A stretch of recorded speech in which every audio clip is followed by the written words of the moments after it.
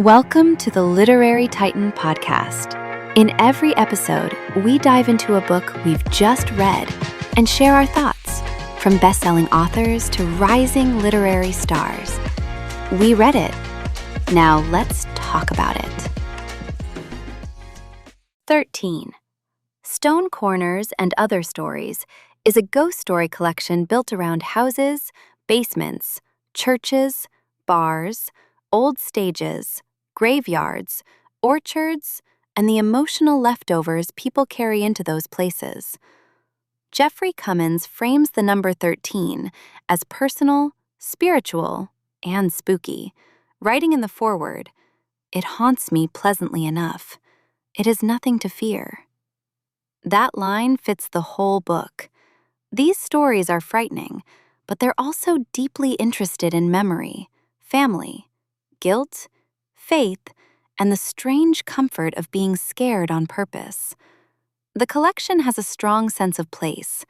A sort of homecoming turns a grandparent's house into a map of the mind, with rooms, closets, and basements holding old dread.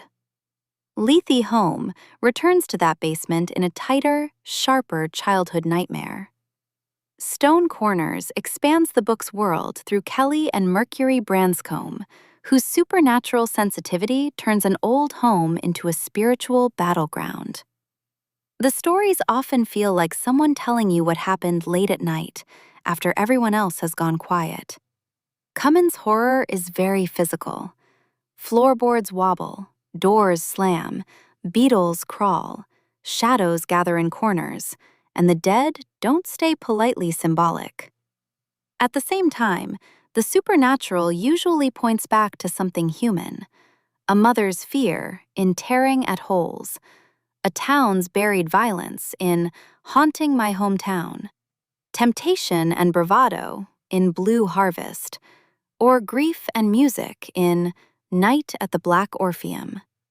Even when the book goes big, as in The Day the Ghost Walks, with Shakespearean theater and old debts among actors, it still comes back to the same question: what do the living owe the dead?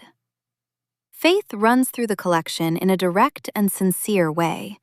Scripture, prayer, forgiveness, and spiritual warfare aren't decorative here. They're part of how characters understand fear and how they push back against it.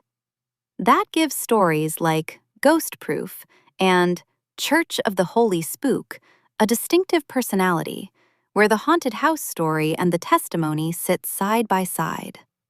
Cummins also has a fondness for rough-edged, conversational narration, mixing dread with jokes, domestic detail, and working-class memory. What makes the book engaging is the way it treats ghost stories as something close to home. These aren't just tales about apparitions. They're about places that remember, people who can't quite shake the past, and fear that keeps looking for a door back in. Near the end of the foreword, Cummins writes, "All I really have to do to find one is fall asleep." That's the book in one sentence: intimate, haunted, personal, and always listening for something moving in the dark. Thanks for joining us on the Literary Titan podcast. If today's review sparked your interest, be sure to pick up a copy of the book and experience it for yourself. If you enjoyed the episode, don't forget to subscribe, leave a rating, or share it with a fellow book lover. Until next time, keep reading, not just to escape, but to grow.